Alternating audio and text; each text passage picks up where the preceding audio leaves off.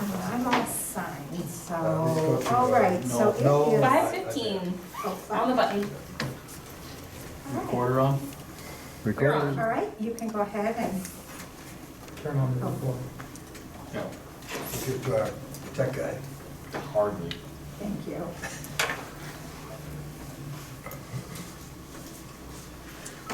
Okay, it is January 20th, 2021, and it is 5:15. Let's stand for the pledge of allegiance. I pledge allegiance to the flag Of the United States of America and to the republic for which it stands, one nation, under God, indivisible, with liberty and justice for all.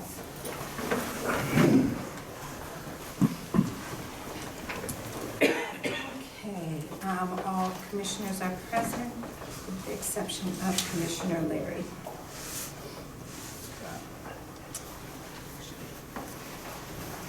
Okay, I would entertain a motion concerning the minutes of the January 6th meeting. I move to approve the minutes for the meeting date dated January 6th, 2021, as read. Okay. And a second to that? I'll second it. Any discussion, questions, or changes you'd like to see reflected? Okay, all in favor of accepting them as written? 6 opposed, 6-0. Let's move on to the warrants, and we'll take the corrections and general government warrants together. Motion, please? Motion to approve warrants 2068, 2101 manual warrants and payroll, and corrections warrants 2120J. Okay, and a second? Poirier, Commissioner Poirier. And discussion. Questions? Okay, all in favor of accepting these warrants? 6-0. Was there an MCCA meeting? I don't believe there was. It seems like they've really got to put a pause to the meetings. They're really only doing policy meetings. And there was one 2 days ago. There was not in attendance to the policy meeting. Okay. Is that because the legislature's not in session yet? Yeah, it was really, yeah, I think so. Because it was short term. It was like, I got like a 2-day notice and I didn't check the email, so. Okay. So I think so, yeah. Things must be eating up. But also, the jail funding bill, I'm sure, was topic number 1. Do you know, I've been watching for it, usually they give us a list of issues that are on the docket and how MCCA is planning on standing on those. Have they sent out that list yet? No.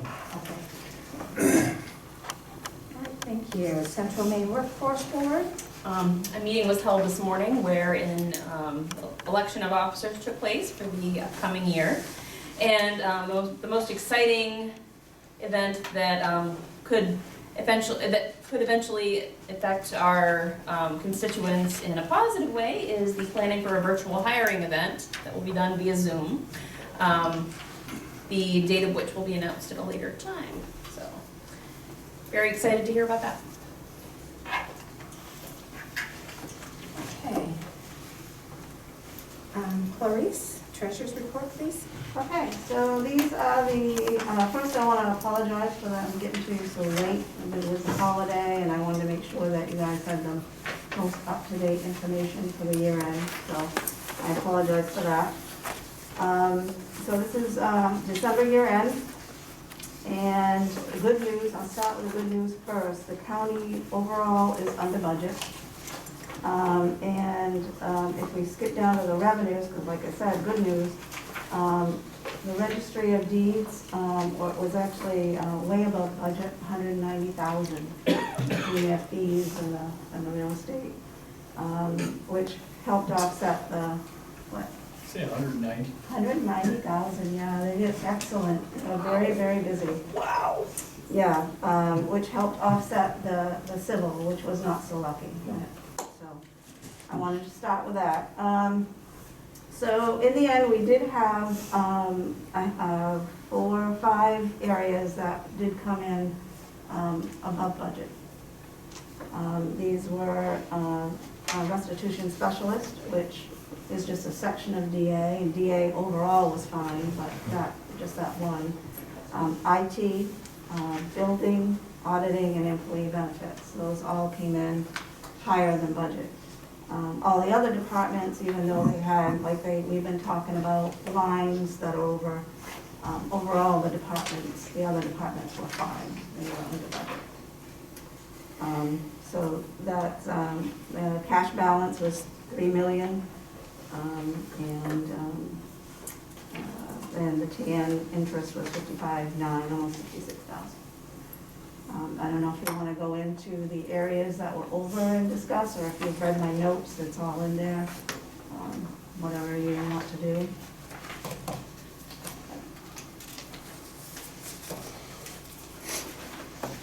And I have some questions, especially about the over budget areas.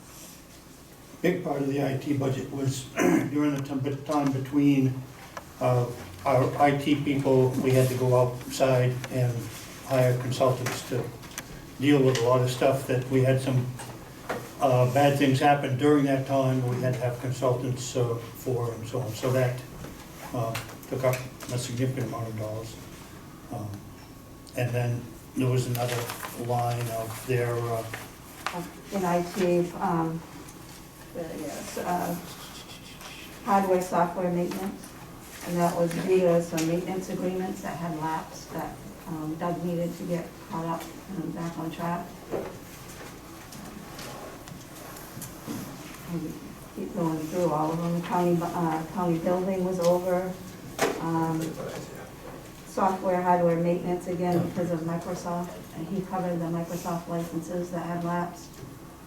So we had 2 areas that our licensing had kind of not been renewed. Let's see. Auditing was over 1,800 due to the actual aerial report. I don't know if I'm saying that. That's a new GASB 75 rule. And so every 2 years we'll need to get updated on that. Really what that is just, it's a fancy way of telling us how much we really owe in a million years from now. For our post-employment benefits, not retirement, but the health benefits. That we And give that's every other retirees. year? That we give retirees. So, and what they do is the future value of what it will be and ongoing forever.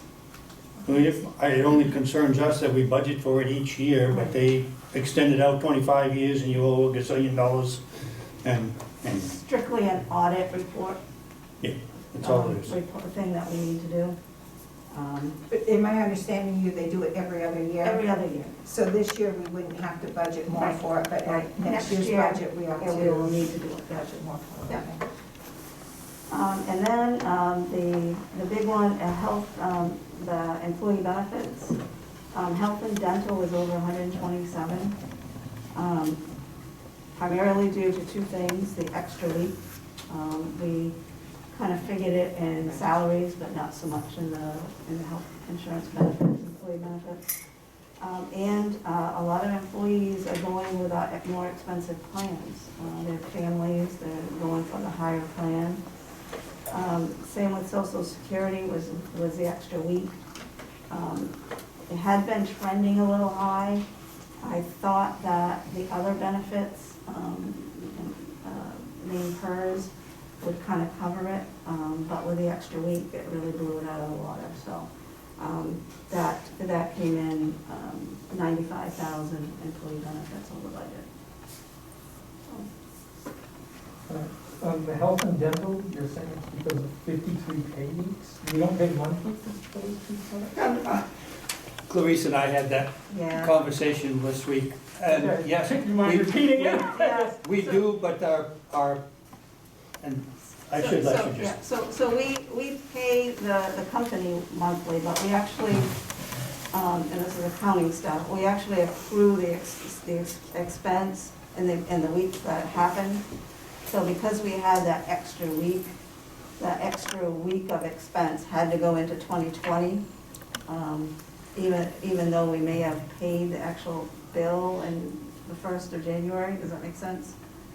Well, the only thing I'm gonna ask is if you're accruing it, were you accruing it based on a 52 week or a 53 week? Because if you accrued for 53 weeks, you're over accrued.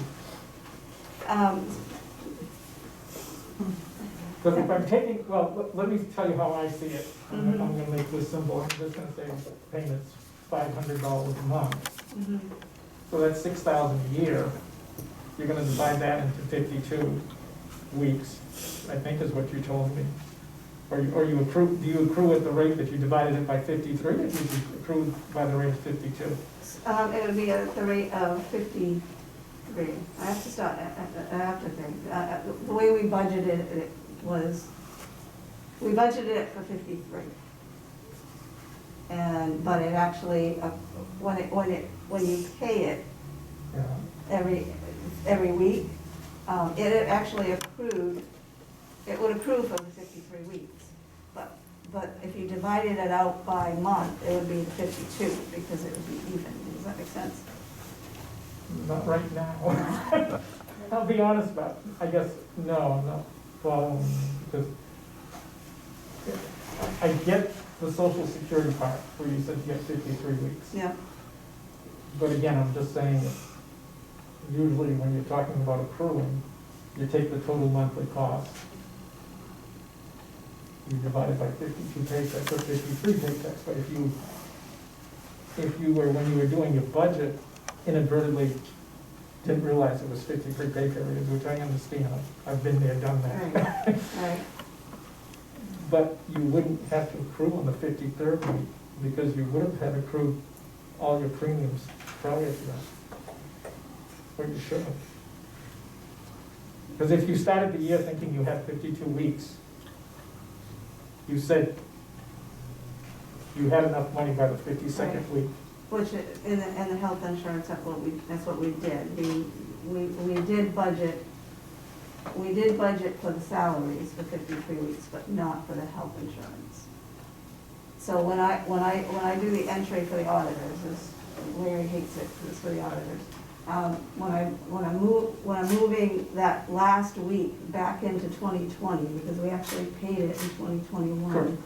All right, when I actually move that in, that's the 53rd week. That actually gets charged to 2020.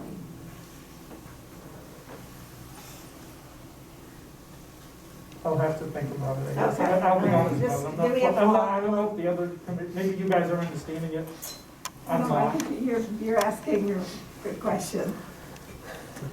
Yeah, I'm not sure how to explain it. Yeah, okay, I don't mean to be difficult. Let it go. We can talk about it again. We can Yeah, talk that's about fine. it. I just- Let me ask you this, is there anything of those overages that is not going to correct itself that we need to look at for this coming year? So that we're, so we're not having this conversation. Well, we won't have the 53 weeks, Right. so that's not an issue. I did allow in the budget for a little bit increase because I saw it was trending a little high. So I can't guarantee that it won't, we won't have the 53 weeks, so that won't be an issue. I think they did also, the budget was cut in this area by 40,000 too for this new year, Okay. which worries me, but.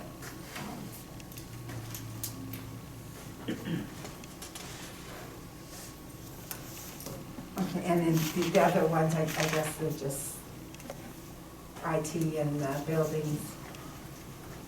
That was just cost that was, or more, like, as we explained, the IT, primarily licensing to get caught up, and because the director, before they hired the director, they had some issues that they needed to consult with, a consultant.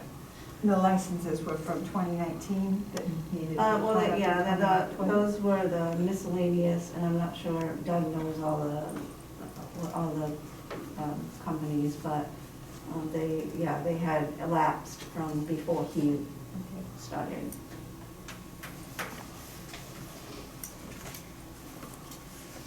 Okay, other questions?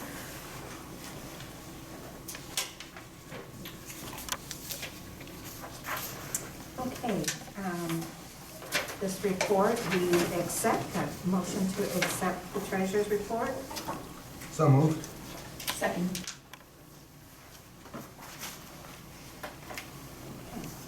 All in favor? 6-0. Administrator's report, please. Okay, just very quickly, we're still finishing up for the last end of the last year. We have received the jail audit, which is in your packet. And just a reminder that the jail year ends in June rather, and the county year ends in December, and the county audit is currently being performed. I've been doing employee evaluations.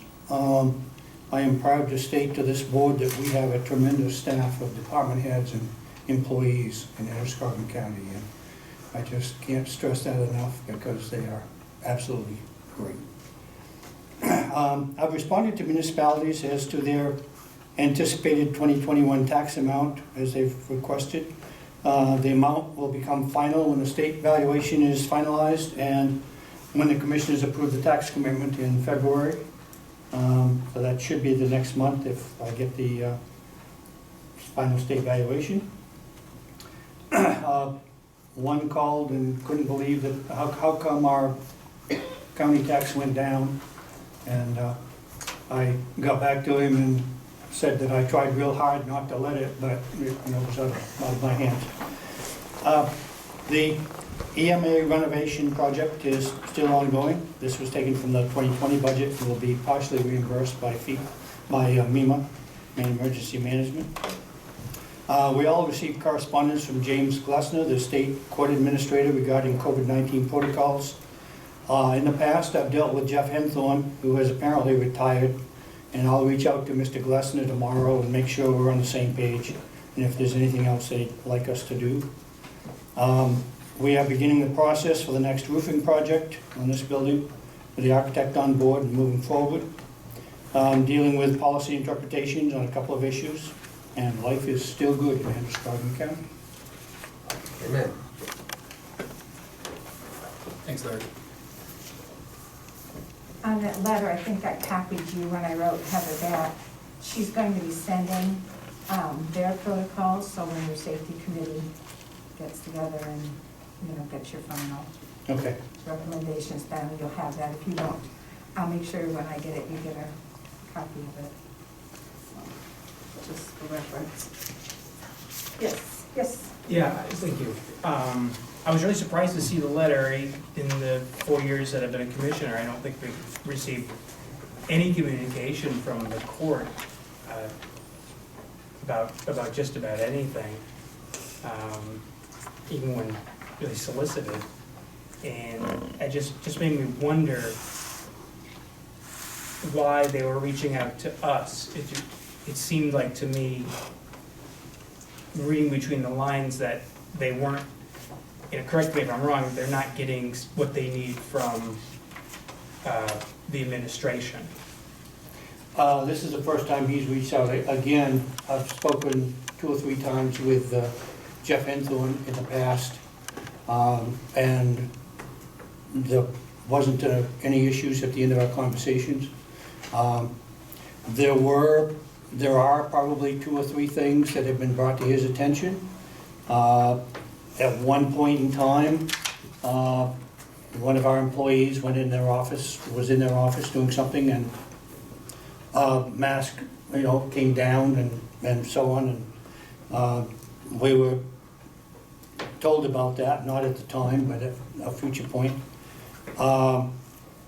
There was the couple of county COVID cases, and there was no one in contact with any of the state employees that had that, and so on. So I think that wasn't a formal reaching out, because there was no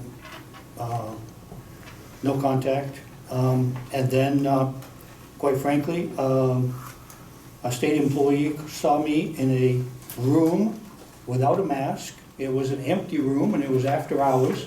And I heard that that was a problem for a certain state employee. And then I have been seen in the end of the hallway without a mask while drinking coffee. But other than that, I don't think there's any issues that I'm aware of. Well, I gotta say, you know, your examples don't really sound particularly concerning, but Right. in the end, there's plenty of us in this room that are not following the rules, you included. We're supposed to wear masks in a public place, and we're not. So it seems like, you know, I have my thoughts on it and haven't expressed them much, but it just seems abundantly clear that there are many people in the building who are concerned with the lack of action taken by your office, with the court included. It is exceptional for them to send us something. It did not work with you directly because of their concerns. And I don't really see what the resistance is in doing what other businesses are out there that are doing and conforming with the rules.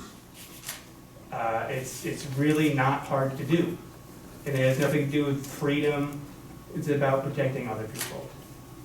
So I don't know, I was really disappointed to see this letter because it's just another spot in the county building that is demonstrating to me that there's concerns with the lack of attention to the issue, the pandemic, and failure to adhere to the CDC guidelines, the governor's orders, and actually absolute refusal to conform with that. But I mean, clearly it seems like this commission doesn't really care about conforming to any of those rules. That's my impression. Well, I'm gonna sort of stop you there. You can't really make a general comment about other commissioners' intent. Sure. Just, if, I'm giving you plenty of time to state your own opinion, even though it would really fit in better down in discussion items. I know it's something you feel passionate about. I'm trying to give you lots of time, but I wish you would not impose on other commissioners what their intent and what their, you know. That's my interruption. Go ahead. Sure, yeah, fair enough. It's just, I don't know, it just seems like we have an issue. So, thank you. But I mean, I would love, you know, the reason I'm saying this is because I'm looking for feedback from you about your perspective on it, because I've heard from the letter among other people in the building who shared similar concerns as the letter, but I guess I haven't heard, you know, the reason I bring it up now, because it's your report, is because I don't think I've really heard your perspective on their concerns. I guess you said it's.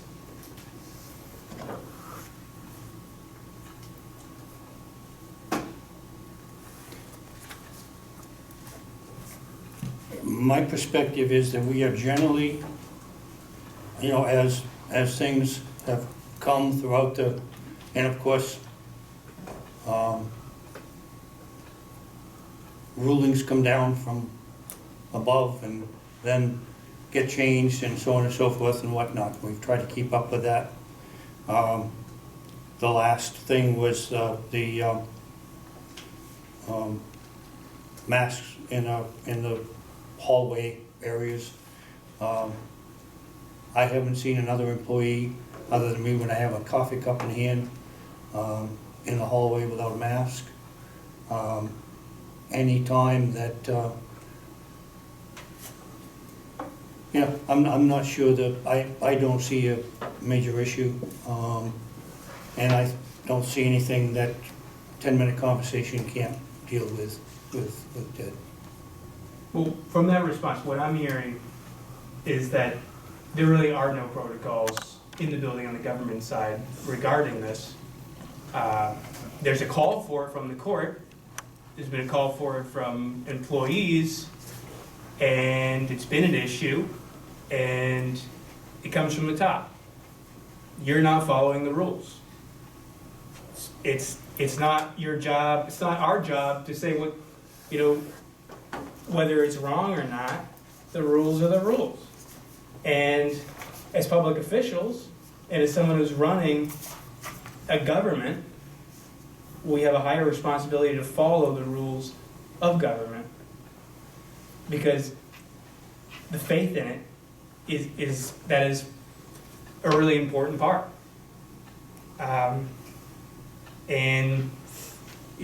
what is your response to the letter? Like, should you make a policy about the pandemic here in Androscoggin County, like businesses and other governments all across the nation and the world have done? Madam Chair? Yes.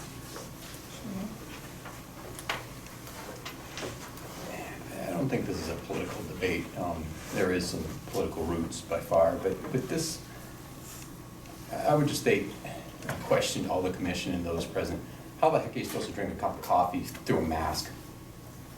Oh, use a straw. We're trying to ban those. So get real. This is ridiculous, okay? The guy's got, he's in a deserted room and somebody sees him through a door or whatever. I don't really, I just think this is the same thing as I've heard somebody who's a constituent of mine mention that they get yelled at a transfer station, a stinking transfer station. They're outside and they're gonna kill everybody because they don't wear a mask. And the governor has gone way too far on her mandates and demanding that we do all this stuff when she's refused for 9 months. If you say, oh, it's an emergency. She's had 9 months to pull the legislature back into session so that we could actually have a representative government. We have actually had to do the job of the legislature at times for the RV Camping Association and then for our entire constituents. And to some degree, without trying to brag on us, because it wasn't my idea, that open Maine resolution for the state of Maine, speaking out on behalf of our constituents, because frankly, the legislature was AWOL and wasn't even allowed to come back into session. So I think this is ridiculous to grill somebody for drinking a cup of coffee. What is he supposed to do, pour it through his mask? This is asinine, and it's just a shame. So I'll leave it at that at this point, but I would like to, I think we should discuss this further as a commission. Madam Chair, Yes, sir. does the gentleman have a copy of the law for our reference? The executive order? No, the law. Yeah, that is the law. No, the law. Executive order. The legislature's in session, where's the law? Well, Chair, may I remind you that we took an oath to adhere to the Constitution. The Constitution gives the governor certain powers. She has used those powers to do the same thing that almost every governor in the nation and almost every government in the world has done. And that is to simply ask us to put a mask on. But that's, it's not about her or that. It's about our leadership not following the rules that we have or not taking adequate precautions to protect our staff. That's what it's about. It's about our staff. It's about our government being able to operate. It's about our inmates that are in the jail. That's what I'm talking about. And when I see this letter, that's when I'm talking about it, because it is really concerning when I have multiple different people who work in this building who have the same concern as the people in the court. And they have to be here. And it's really our responsibility to ensure their safety and our employees' safety. And we're not following the rules. It's as simple as that. And some people think that when no action is taken, that the leadership, us, or the administrator, that they don't care about the staff. That's what some people think. And that's what I see. Madam Chair. Let me ask you this, would anyone have an objection if we not stop but postpone furtherance of this discussion until we're actually, we have the policy that we were going to look at that was given out last meeting and pick it up at that point? I mean, it would be up to the board if you want to suspend this conversation till then, or if you want to. Table it till later into the session? And we would definitely go ahead and address it today, but at the time when we're looking at that emergency policy. Madam Chair, I think,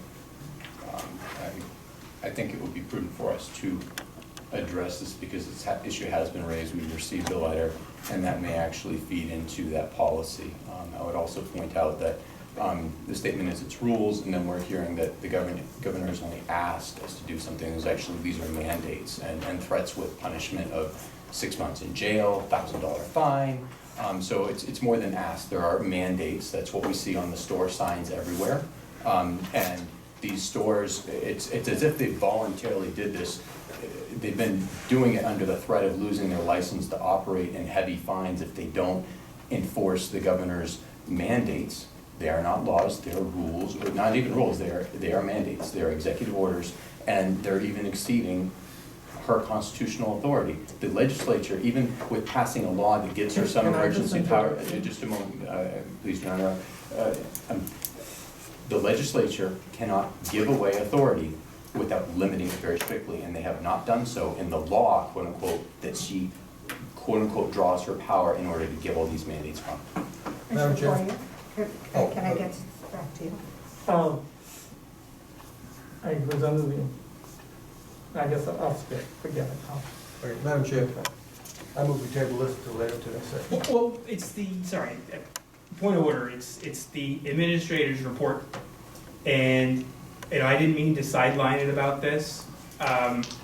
It's just, I wanted to hear what his perspective was on their statement. And so, and to express that I felt like there has been a lack of leadership about this. But I would like, you know, I would like to get through the other items that are in the report as well. Are you okay with bringing it up when we talk about the policy later? Yeah, I mean, that was just it. I expressed what I needed to express. Anybody? I'll second the table. Okay, all right. Has there been a motion to table, Madam Chair? I did not hear a motion. So I didn't would make a like motion. to- You made a motion, I heard a question about a motion. No, I made it. And we'll be coming back to that just a little bit. Point of order, Okay. Madam Chair, is that to table To later in the indefinitely? session. Is that No. to Till late. table till discussion time? Right, till it'll fit more into a item that we're gonna be discussing in a few minutes, rather than Okay, thank you. have it I as just a wanted to clarify that standalone it was for issue. this, it was It'll actually tabling, fit but into still the within issue this later. meeting. Thank you. Okay, let's see, the bylaw change, and we're going to be voting the next meeting. I think all I have to do is read it, comments from the public. I'm sorry, I skipped right over that. Okay, seeing none, I'll read the bylaw change. Section 2, regular meetings of the Board of Commissioners shall be conducted at least once monthly on a day and a time set by the board. If my notes are right, this is the second reading, so at our next scheduled meeting, we will be actually voting on that. Point of order, Madam Chair, that I do not believe, was it submitted in writing last meeting? This is the submission. Yeah, so this is the submission writing, and there's 2 more readings Yes. at that point. So That's I just want to make sure that's clear. Okay, so Thank you. it's not going to be voted on. They'll be I have voted another on reading? and then voted on again. So Thank there's you. 2 more. And again and again. Yes. Yeah, I mean, right, you've been through this, Yeah. yeah? July maybe. Okay, thank you. All right, we will take action though tonight on the proposed change to the hours.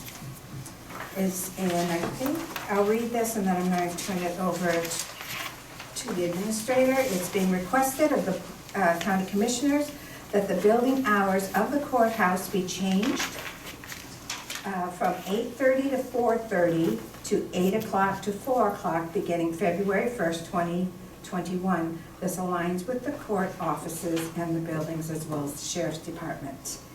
And let's get a motion and a second, and then I'll turn it over to Larry for discussion, or the administrator for discussion. I move acceptance, I'll second. Okay. Okay, discussion, Larry, do you wanna kick this off? Just very quickly, if you remember way back, some of you don't remember, but when I first came here, there was an actual statute on the books in the state of Maine that Androscoggin County office hours had to be at least 9 to 5. And that law got changed. We changed the hours from 9 to 5 to 8:30 to 4:30. And that was when, and we looked at the hours then, and there were some employees that would prefer 8 to 4, but the court offices didn't close until 4:30. And so I wanted to maintain consistency, and so the board voted to have the hours from 8:30 to 4:30. Now, our general government employees work 37 and a half hours, 38 and a half hours with lunch, 40 and a half hours lunch. So now they had summer hours changed to 8 to 4, and I have been informed that those hours are they've discovered that they work well and they're going to remain permanent.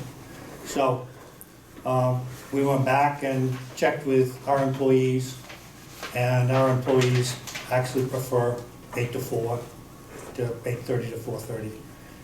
And this puts us in sync with the state court offices and also our sheriff's department. Okay, questions about this policy change? Yeah. Did you say it's in statute that we have to be 8:30 to 4:30 though? 'Cause No, that has- it was in statute that we had to be at least 9 to 5, Right. and that statute got just eliminated. Oh, completely, okay. completely, I misunderstood yes. you to say that it got changed Yes, from no. 8:30 to 4. No, it was after that that the commission voted to allow it. All right.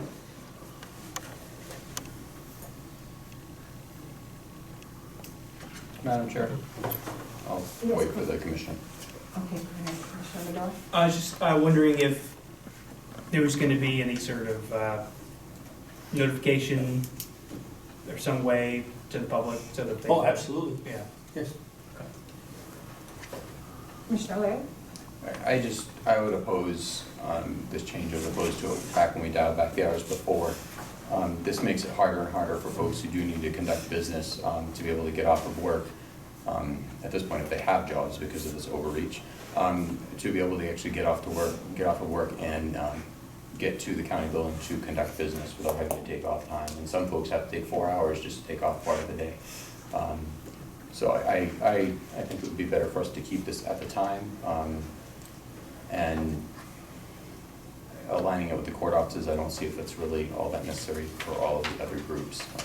So I would suggest that we stay at 8:30 to 4:30, and I make a motion to that extent, to remain at 8:30 to 4:30.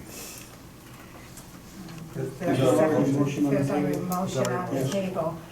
Madam Chair, but what's interesting is you first said we needed a motion and a second, and now I can't make an amendment to. You didn't offer Okay, it. so I make an amendment to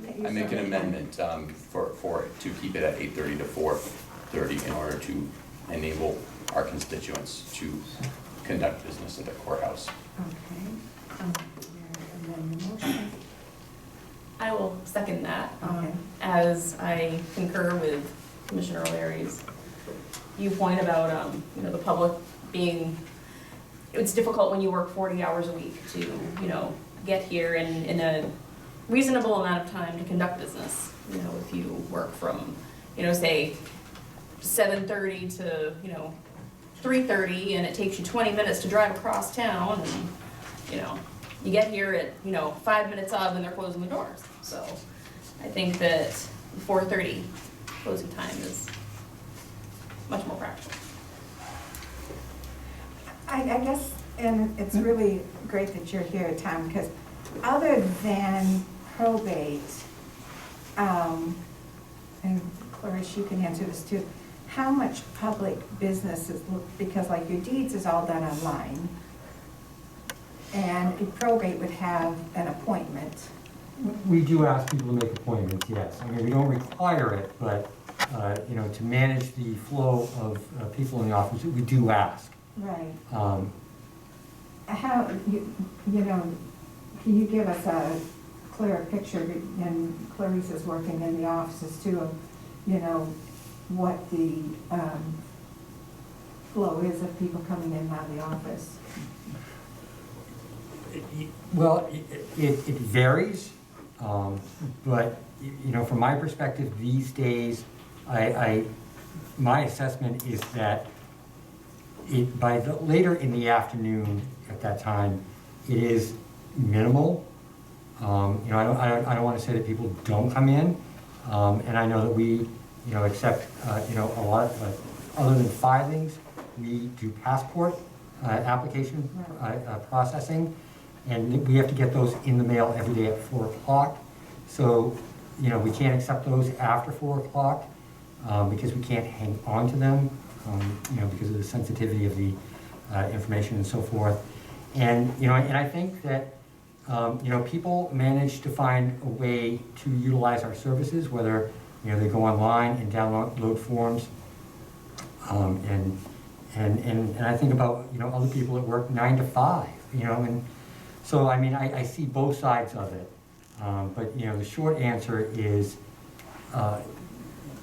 it varies, but, you know, it is not a line out the door by any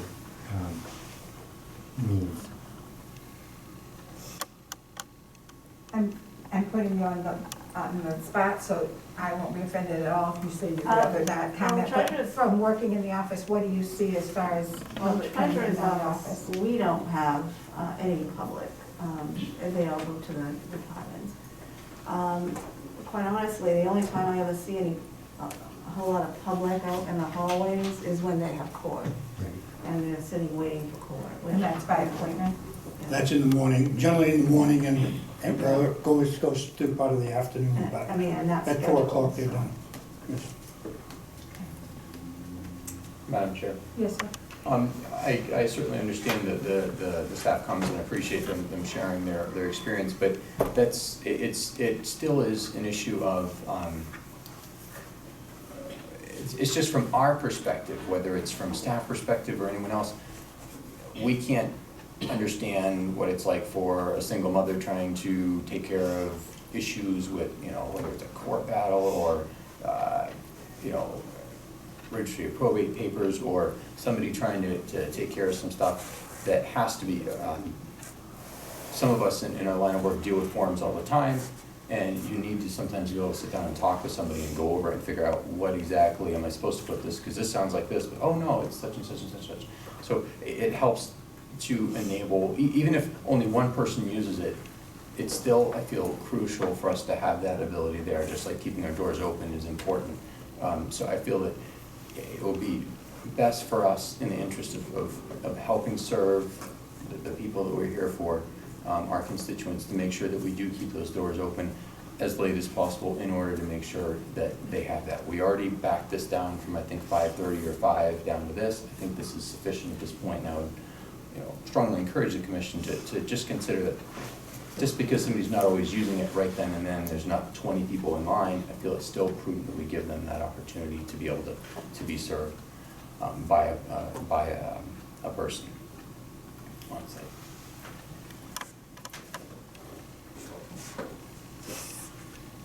Thank you, Chair. It has felt to me over time that a large volume, majority of the volume of traffic that we do have in the building is court-related. And so there's certain accommodations that we have to do for that in the building. And so whether we make ours 4:30 or 4, the court is really the driver of the traffic volume in the building. So, you know, I'm just trying to recognize that, but I just had a question for our register of probate. If you ever meet with people, and say, if this were the case, would you guys not meet with people? They really could only make an appointment at 4:30, or night court or something like that? How accommodating are you usually able to be? Well, we are accommodating to people's needs, but, you know, we schedule court within certain hours, you know, because there's also the judge to consider in his availability, as well as staff, and we don't pay overtime for staff, so, but I mean, as far as accommodating people's needs to provide the services that are needed on their behalf to file their paperwork and navigate the office, the requirements, you know, we're certainly flexible. And, you know, as this conversation is unfolding, I'm thinking that, you know, so if we're, you know, it's not like we're removing a half an hour, you know, from the day, but it's, you know, instead of, you know, having from 4 or 4:30, that it's in the morning that there's time available as well. So I don't know if that answers your question adequately. Madam Chair? Yes. I guess, and I appreciate that thought, and I think, at least I can speak for myself as a commissioner only, but I recognize we're not changing the number of hours. But I would also point out the idea that, well, if people can come earlier, but many folks, you know, with their work, they can't risk, you know, as we mentioned, mornings tend to be busier. If there's long lines, you're trying to figure out which room to go to, fill out this form, et cetera, et cetera, et cetera, come back. All of a sudden, you know, trying to make it and then make it to work may be very difficult for those folks. So I think the idea that, well, they can just come in the morning may not work as easily as we think, especially just because a lot of these legal matters take time. A lot of this stuff is detailed, and a lot of times, if one would think it's very simple, and then they get there, it's a whole lot more complex than they thought. So I think giving them just at least that half hour at least helps a little bit by having these hours stay where they are. And also I had a question for the administrator, Madam Chair. Is everything through the Registry of Deeds being done online now? Or are there still documentation and still things that must be done in person here? Understanding you're not the registrar. But there are still things that need to be done primarily. They're looking up certain deeds which may not be online. I'm not 100% sure that everything is there, or if they're looking for a Mylar, I call them Mylar, but they're, you know, a map or something, which may not be online. But other than that, a good part of their work is available online. And so far, we've had a massive bunch of real estate going on, just from what I've heard. Thank you.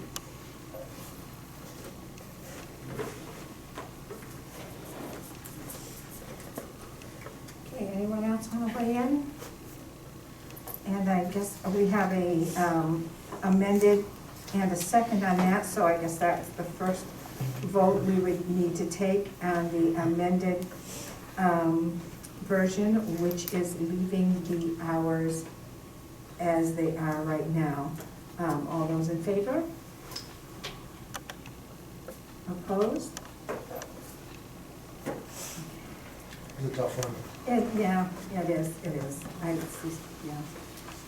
And let's go back to the original motion of changing the hours. All those in favor? And opposed?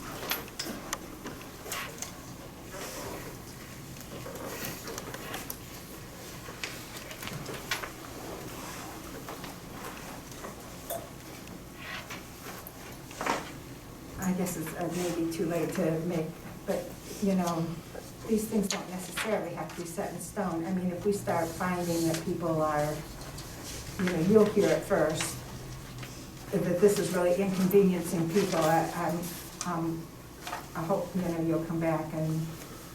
Absolutely, yes, and we're very sensitive to, you know, our primary purpose in the probate office is to serve people. You know, we're not selling apples and, you know, it's not a retail business, but we serve families in need. And, and as the conversation continues to unfold, I think to myself, you know, I've never heard anybody say, you're inaccessible, or, you know, I can't, you know what I mean? So I think that we do a very good job of, you know, providing the services required. Yeah, we just, in the deeds office, we just keep your ear to the ground, and Mr. Post, and if it's a problem, we'll revisit it. Sure. Madam Chair, Yes, sir. I would just mention that if folks aren't able to make it, it's hard for them to actually express those feelings anyways. So I just respectfully think we ought to note that if they come to a locked door, it's kind of hard to talk to a locked door. So, thank you. Okay, and, yes, sir. Can I Yes. just add something? Mhm. Do we post the hours on our website? Or if we don't, I Yes. guess I'd like to suggest that we do. Yes, Okay. absolutely. Awareness is always the key. They can always call. And this is the policy we spoke of last meeting, and Brian, could you take those out, please? Again, I want to stress, I am in no way wanting to step in and do the job of the safety committee, but there was enough concern, and then even after we addressed it at the last meeting, more concern came up with phone calls, and then, of course, we were all copied on that letter, that, you know, I would like to put this stopgap measure in place until the safety committee and HR have a chance to really look at the issue and put something together, and I know you I expressed really kind before. of put that in place and sent it to my department heads that that's Thank you, I the appreciate latest. that.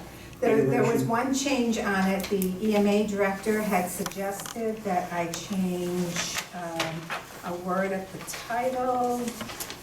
Let's see, I think it was reaction to response or something like that, and I did make that change. Commissioner Medor, you had asked me to look into the HIPAA concerns.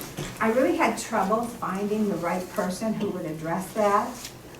So after a couple of phone calls with non-answers, I went to the Senior HR Association, and I sent them a copy. They reviewed it, their attorneys reviewed it. They are all attorneys that work there, and basically said they see that they do not think that took away any of the protection of the HIPAA laws, because we were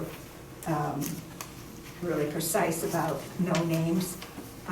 We spoke earlier about this could be OSHA recordable, but of course with OSHA recordable, you don't record names, you record date of incidents. So I think you'd be protected. I think the HIPAA protections stay in place there also. I did not address, back to our former discussion, mask in this. Maybe it was cowardly, I would probably agree, maybe it was. I would really like to see because so many of the, because I don't know your workstations. I don't know if you're sitting in an office all by your, you know, the different departments.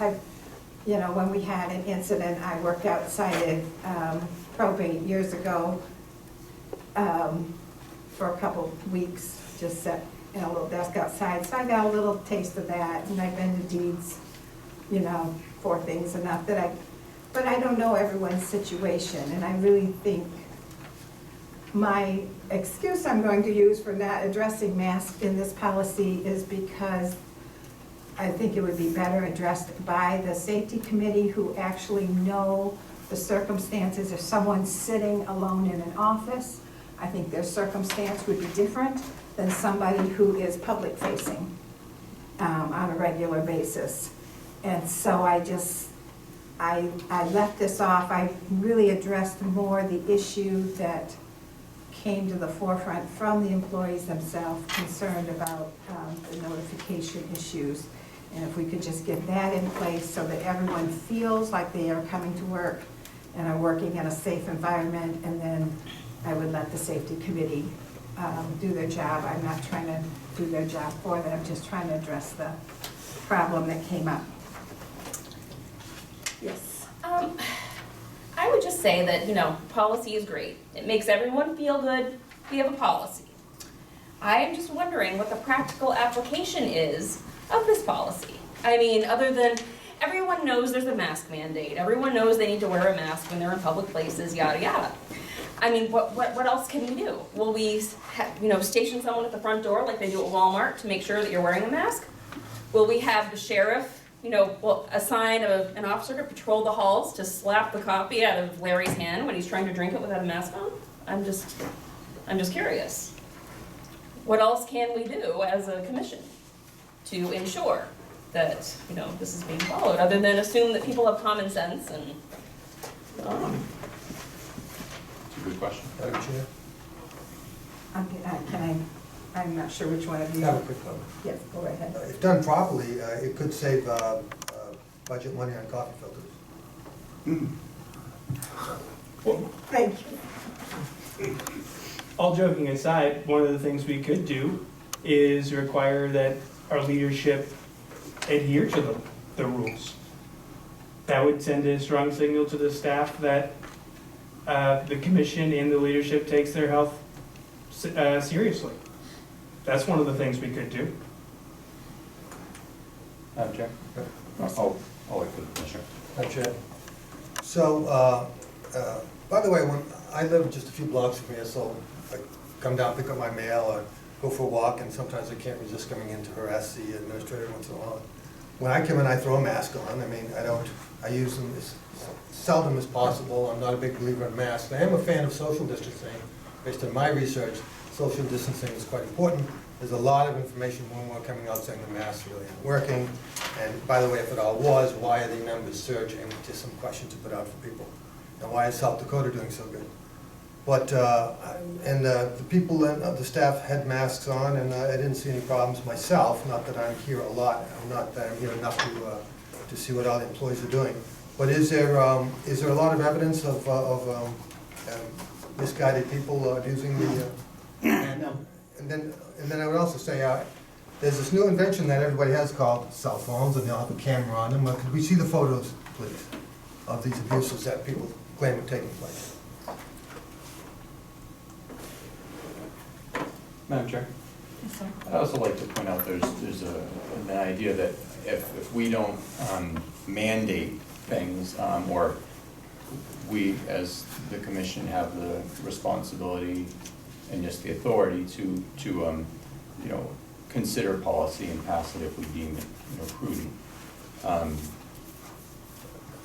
Just because we do not enforce or just because you do not pass a policy that is popular or pushed by media hype or other sources, or even mandates, does not mean that we don't care about the staff.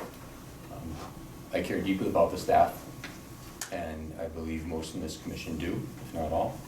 But that does not always mean that just because we don't vote a certain way or restrict their abilities even further means that we're heartless or careless. We have a responsibility to weigh the evidence and make those considerations as best as possible. So I just want to make it clear that just because we don't do something doesn't mean we don't care. Madam Chair. A question for Larry.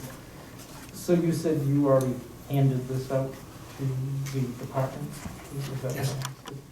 So the last sentence, it says the conversation that each department needs to consider in advance and have a possible plan and procedures ready to institute. Have you reviewed those, and what are they? We've had, I mean, as we have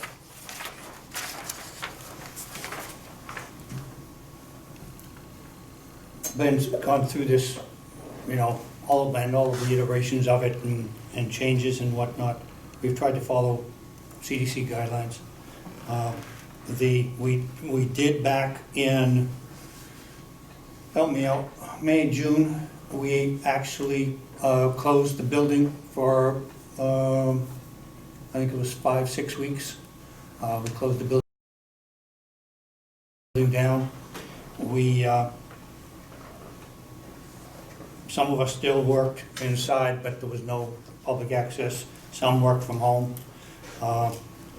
And so what this is the possible plans and procedures. You know, Tom can tell you that, you know, he talks with his people, and what happens if somebody here gets COVID, and there's a general, while I have seen a COVID-19 policy that was 18 pages long. And quite frankly, by the time you got to the 6th page, your eyes were crossed. And Right, it so this didn't, one's and it didn't 3 mean pages, anything. and I'm just asking about- Yeah, but frankly, department heads and I we work together. If somebody becomes positive, we make the determination, okay, who they've been in contact with, who needs to go, and they need to go home. Obviously, they need to meet certain requirements before they can come back, and so on. So we've been pretty much doing all of the facets. And this, yeah.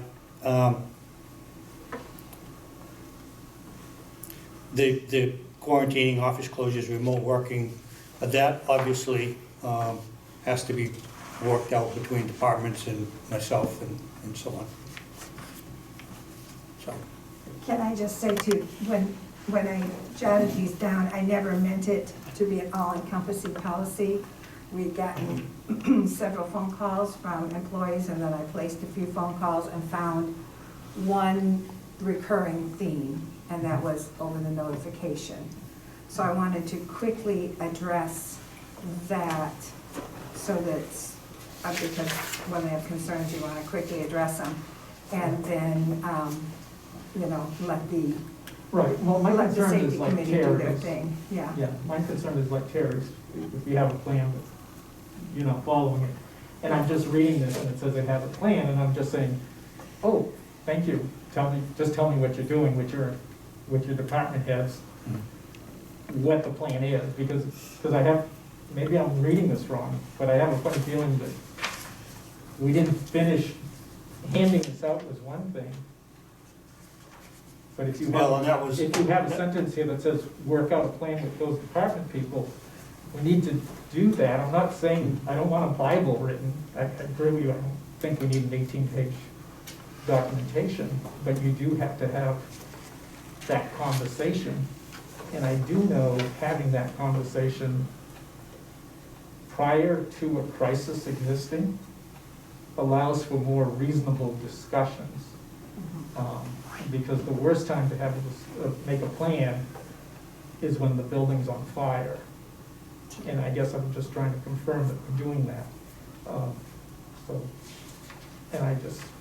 That's my point.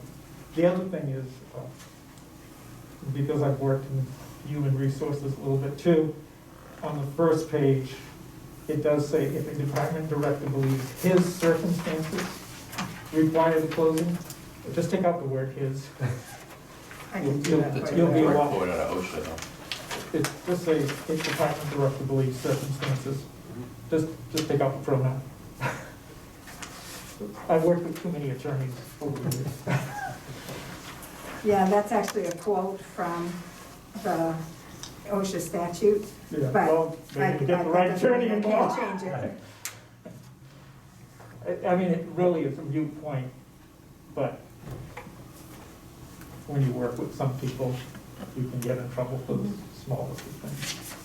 I think at that level, Madam Chair, I think at that level though, they can take that up with the federal government. It's not our fault to report on the federal government's It's own just, language. I'm happy to change that. Yeah, I just will take it out, I yeah, tell it's an you. aesthetic thing, I Yeah. understand. I. I'm more concerned about what Terry said, Mhm. having a plan, but Madam not Chair, having a discussion before. Well, I'm assuming when your, We've been having safety discussions for the committee last meets, you'll 10 have months, but teeth to it, won't you? Pardon? When your safety committee meets and you put together a more exhaustive program, I'm assuming there will be some, because there's a number of issues this doesn't address, like, is this paid time off, and there's all this just creates a whole issue. And I guess I'm in hopes that the safety committee will take up those issues because they're the ones that know the workplace, they know what the situation is. I'll get right to you, Tom. It's actually for Tom Inkers. Have you guys met yet since our last meeting? Yeah, so we haven't, but I have circulated a draft. We took from other templates. I'm not a human resource person. I appreciate what you put forth, Commissioner Christner, and we've taken from that and added to it, and I'm forwarding it to Larry for his review, and hopefully we're on the path. And I truly appreciate that.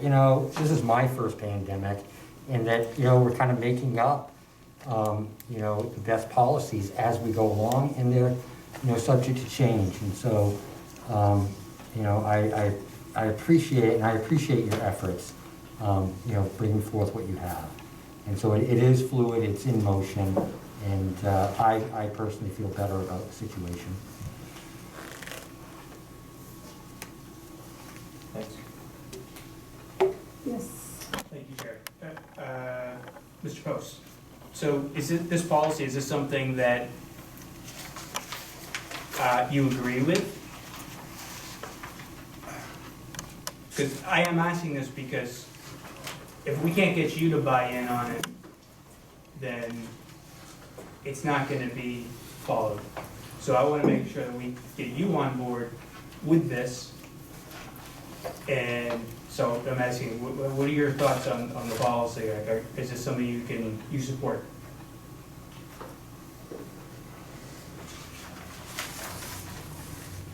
I guess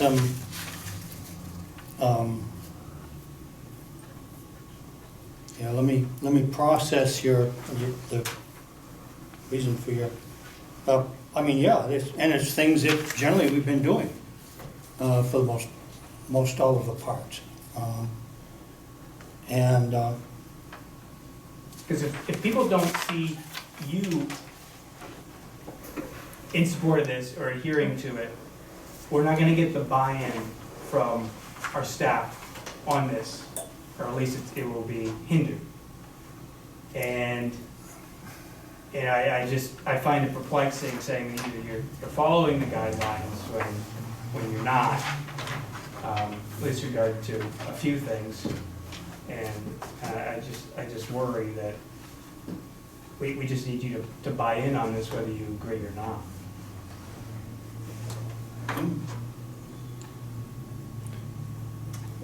Madam Chair, I would just pose the question, what part of this policy does Commissioner Madore see that the administrator, this is a bit of a charge that he's leveled, what part of this policy, from the things that I've heard discussed earlier on in the administrator's report, is he asserting that the administrator is not behind and has not followed?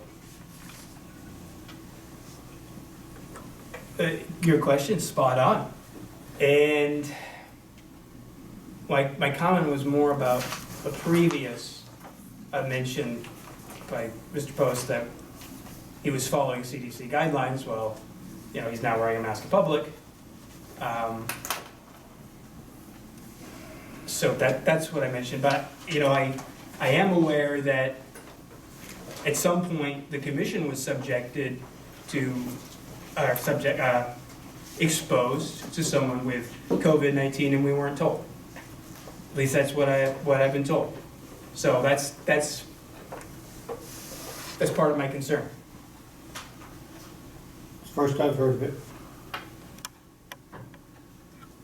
Again, rumor and innuendo travel faster than, but it's the first I've heard of that.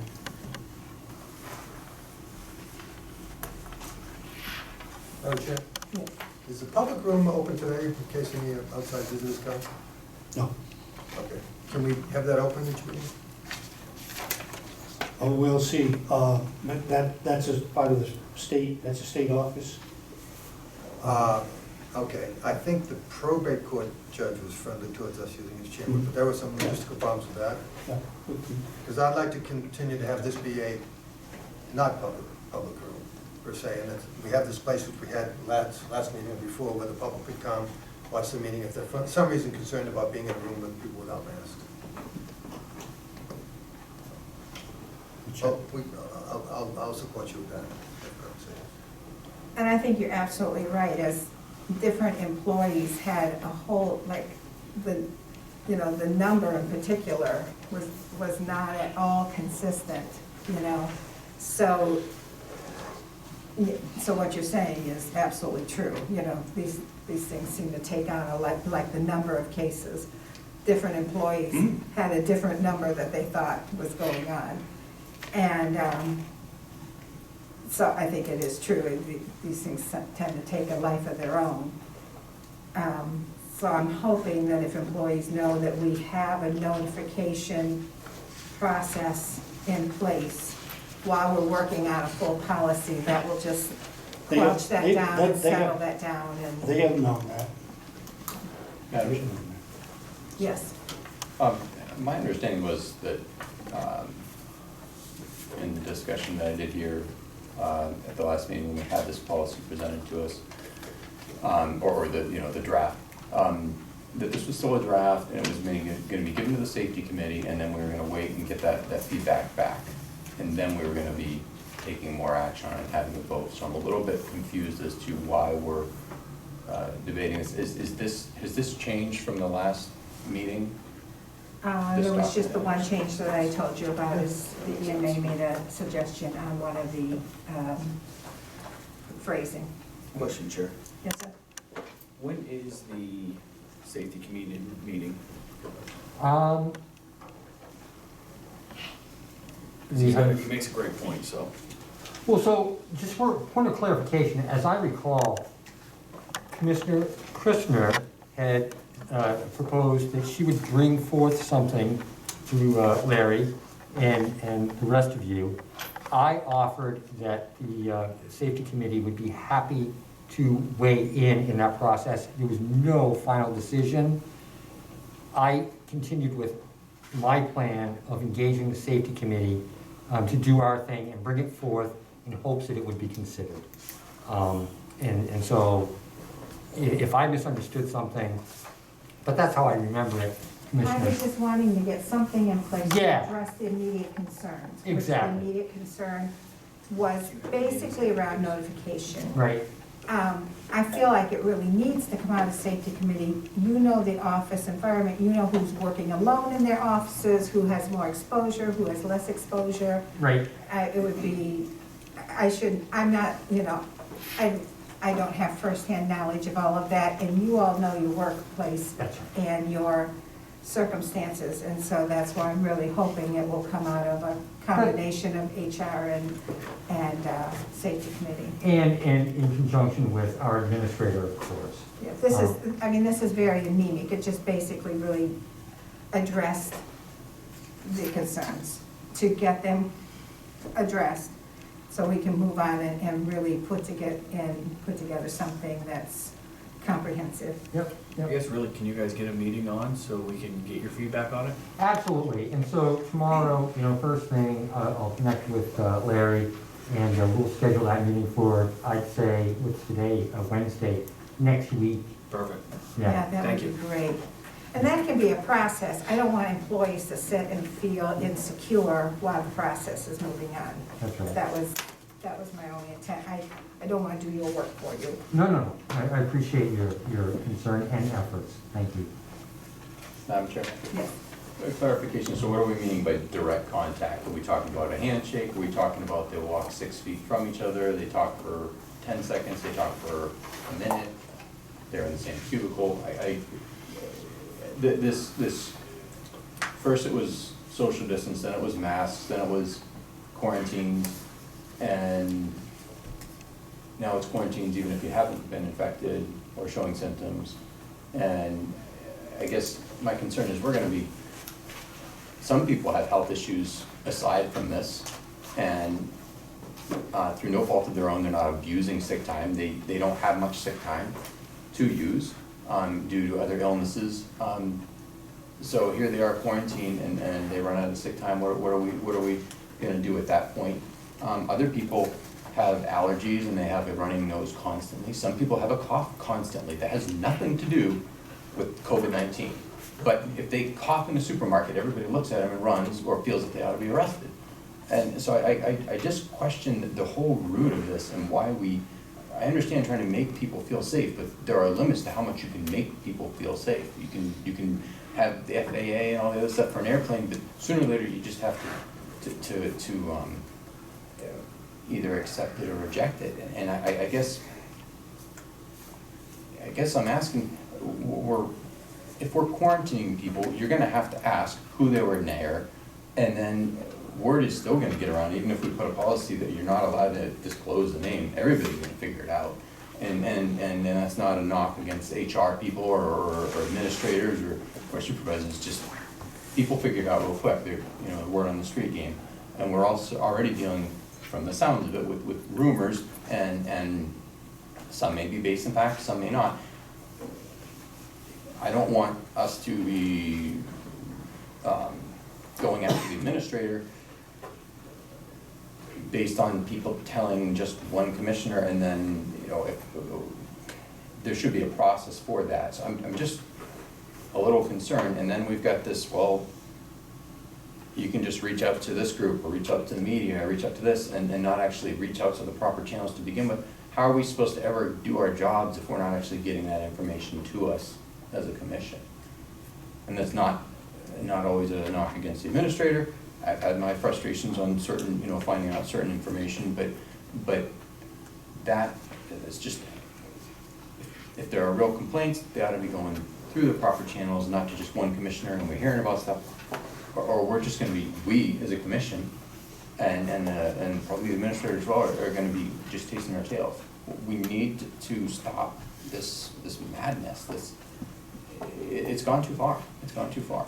I mean, to me, a contact is, if I get a positive test tomorrow, I have a moral obligation, I think, to call everyone in this room, and you'll get a call from me tomorrow morning if I get a positive test tomorrow. But I'm not out to define that, I'm just telling you that's my opinion, but go ahead. I think, Brian, I think the safety committee has to meet for tonight. We just, table it. Yep. Because it's all about buy-in. And the Yes, people who absolutely. design it will want something they understand. And hopefully it will be something that we can all understand also, knowing that they're comfortable with it. I think will make our accepting of a policy or a guideline, whatever you want to call it, much easier to do. We know the employees, supervisors, everyone, is agreeable. So do I move to table till after the safety committee meets? Yeah, I It's do not on the that. agenda. What's that? We don't have to take a motion, it's not on the agenda. Perfect. Does the chair agree with that? Yes, I do, and I appreciate the debate, and I think it needs to be hashed out, and it's a difficult issue, because first of all, what you always say, and it's a fluid issue, it keeps changing. And it's all based on people's individual fears, and, it's a difficult issue, so good luck to you, and we'll be anxious to hear. Do you head that up, or is Dave, or is it just a committee? Or Mr. Post, are you the head of the safety committee? I'm actually the chair. Tom You're is the the chair, okay, great. Right, and I'll send out an email and schedule a meeting. We meet by Zoom. I guess I always used to send those past Dave, but I think years ago Dave maybe was. I think he might have I'm been, behind yeah. times. Yeah. Okay, great, thank you so much. Thanks. Good debate, everyone. I do want to, and discussion items, everyone has to update their yearly sexual harassment, so you'll be getting an email from Sandy on that. She has a nice streamlined way, you can do it online, it's easy in, easy out. If you are a new commissioner, you'll need to go by the EMA's office for her training, and you should be getting an email from her. You're gonna find that really interesting. That I really enjoyed my time over there and the presentation. on emergency handling, and freedom of access, and we were just discussing that. I don't think that's a yearly training. Is that just every time you get reelected? Yeah, I've gotta find out whether it's reelection. I know you have to take it at least once, and So that would be 1, 2. that, Sandy's got that on her agenda to get to Commissioner Poirier.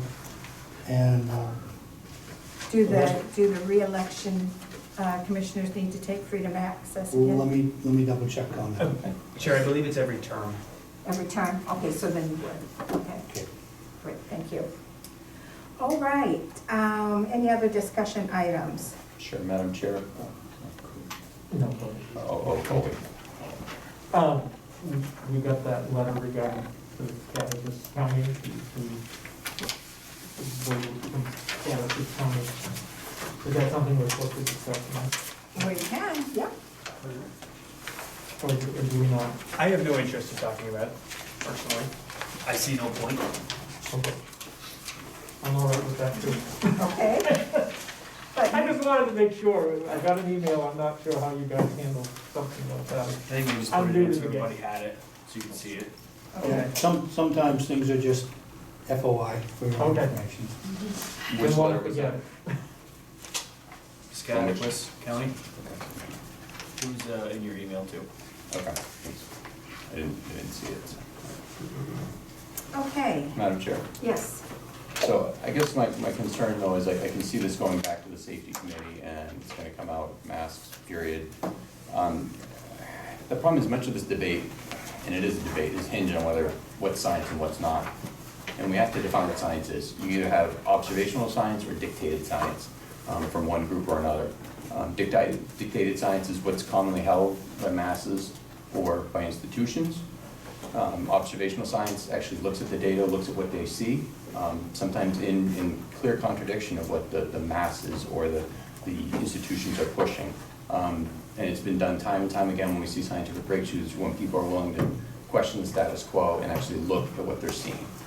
And so my concern is we're pushing this, we will see masks come back as mandatory. There are people with breathing issues that cannot wear them. There are people that may have panic issues with feeling claustrophobic, et cetera, et cetera, et cetera. For a while, there were exceptions made for those people. Now they've basically been thrown under the bus by the executive orders. I was in Walmart the other day and I saw this guy, clearly heavily disabled, in a wheelchair. He didn't have a mask on. It was hanging down near his neck. He's smiling. He's having a great time talking to people. If that store had followed the mandate, they would have called the police, had him and warned him. And if he came back again, which he may very well have done, he could have been arrested and fined $1,000. It's cruel. It's cruel. And we need to stop ignoring contradictory evidence and say, instead of just blindly trusting World Health Organization, which has had ties to communist China, we need to actually look at the data, look at the Dana study that has shown that this mask wearing had only a 0.3% difference in actual infection rates. So my concern is for our employees and for people that there's a judging that always, if they're not wearing a mask, they're just a bunch of rebels, or they're a bunch of conservatives or whatever, which is not the case. Some people are quite libertarian and are beholden to neither party. So I would urge us to look at that. Ignat Semmelweis was a skilled physician, gynecologist back in the 1800s. He worked in labor and delivery. He taught medical students. He would conduct autopsies with his students, teaching them things, and most of these people were all dying of puerperal sepsis, labor fever. And then they would go and work in the labor ward. Back then, hand washing was not always so common. He started to realize that same diseases going on, put 2 and 2 together, pushed for washing of hands, which was contrary to medical practice of the day, and the infection rates dropped, they plummeted. And it was contrary to the establishment and the established medical doctrine. And he was mocked by the medical community. When he finally left that hospital, they threw out the successful observational methods and then returned to the old way, and the infection rates skyrocketed. But people died because those doctors and that establishment was so arrogant that it would not listen to the evidence right in front of their own eyes and caused deaths that were needless. And now we have most people wearing masks, but we still see the same infection rates, and we see everything skyrocketing. So this has gone too far, and it's trampled our constitutional rights, and it's more than just, oh, just wear the mask, just be quiet, don't make a fuss. There's more to it than that. We look at Martin Luther King Day that was celebrated on the 20th, or the 18th, and people stood up rightly for their rights and said, we're not gonna keep being pushed and separated out. And they stood up and they had many unbiblical and cruel laws overturned to protect their freedoms, and I commend them for that. The African American community has a reason to celebrate that day. And yet, people nowadays are being pushed for the mask, and it's coerced speech. And the problem is, first it's the mask, and if you don't play by our rules, you can't work, you can't go to school, you can't go to a place to get groceries. And now, later, it will be, you must get the vaccine. Fauci himself is even talking of that. So these are, and that's a medical recognized person. So it doesn't stop here, and that's why people are so frustrated with this mask mandate. That's why I'm concerned for our employees that we don't go this route. So I think it's very I want to critical. disagree with your very first sentence, Sure. not everything else. I may or may not agree with that. Yeah. But let me take you back to your first sentence. For the last decade, I have worked and become personal friends with our department heads. And I really disagree with your premise that they're going to pass some rule, and no matter if you've got asthma or you've got any extenuating circumstances, they're not going to care, they're just going to pass this rule on you. I don't know of one of our department heads that will walk into it with that attitude. I think they will work with the people they have, and you know, before they even have a chance to put the policy in place to say that they are going to do this without any regard for the employees, makes me feel like you haven't met our department heads. That's I have, not their Madam Chair. attitude at all. That is not how they treat their employees. And I don't see that coming out. I think it'll be fair to the employees and be responsive to what they're asking for. Madam Chair, at no point did I state that they are just cruel to their employees. I'm stating the mandates, if they follow a template, which was what was mentioned respectfully, it was templates and so on and so forth.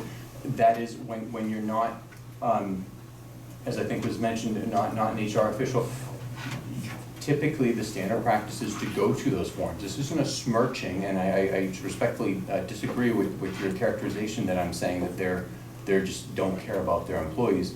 But they're also in a rock and a hard place, just like every store, every administrator, every person that's in any sort of authority in the entire state, and frankly, mostly the entire country, except for a few states. They are gonna have to either play the game or get whacked. So it's my concern is to protect our employees and to protect their freedoms, because they need to be able to breathe freely too. So I'm concerned because if we don't stop it here, next it will be the vaccines, and it's we can watch. First mask worked or didn't work, then they do, and first the vaccine was gonna save us all. Biblically speaking, that's not true, but you know, it was gonna be the panacea, and now it's, well, it may not work, we might have to go into 2022. And this is like, I think Fauci saying this, so this isn't you know, a wingnut central on the internet. This needs to stop, and I think we need to stop it here, and I just wanted to put that out there now before we get a policy ahead of time, and we've got to pass it. This is what we received from staff, and how dare we ever question anything that came from staff? Because those are some of the things that I've heard asserted in the past. So, I'm trusting you'll take those concerns back to the. I appreciate it, thank you very much. thank you. And I would think if you do have a strong opinion on something that should or should not be in the policy, I think you ought to send Tom an email so that he can at least make it part of the discussion. Send who an email? I'm asking them to send you an email if you have something you Oh, feel yeah. strongly, so that you can at least make it a part of the discussion and give it some weight. Yes, absolutely. Thank you. Any other discussion items? Chair, I'd just like to Yes, make a point of clarification,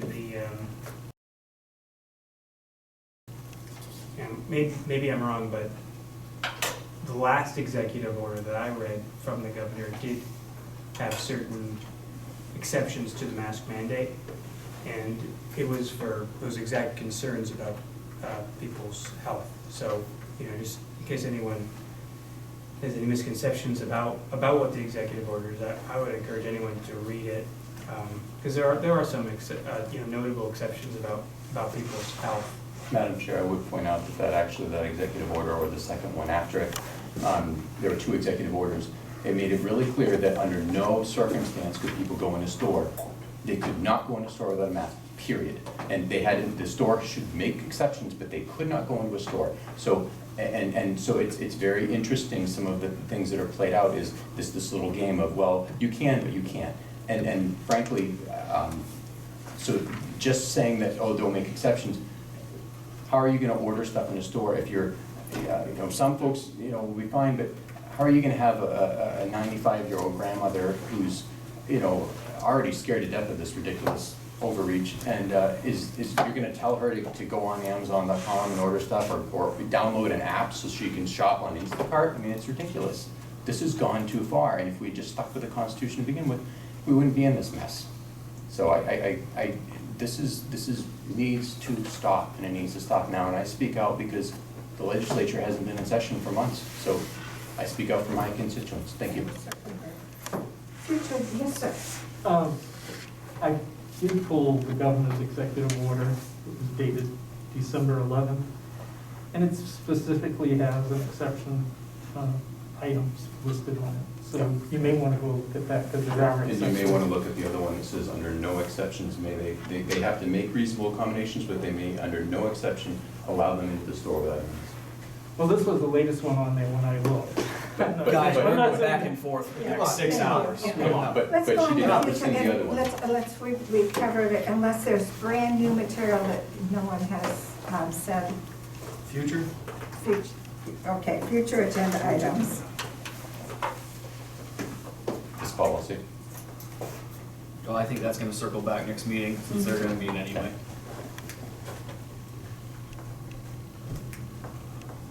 Other future agenda items? All right, I will take a motion to adjourn. So moved. Second. All in favor? Thank you. That's all yours.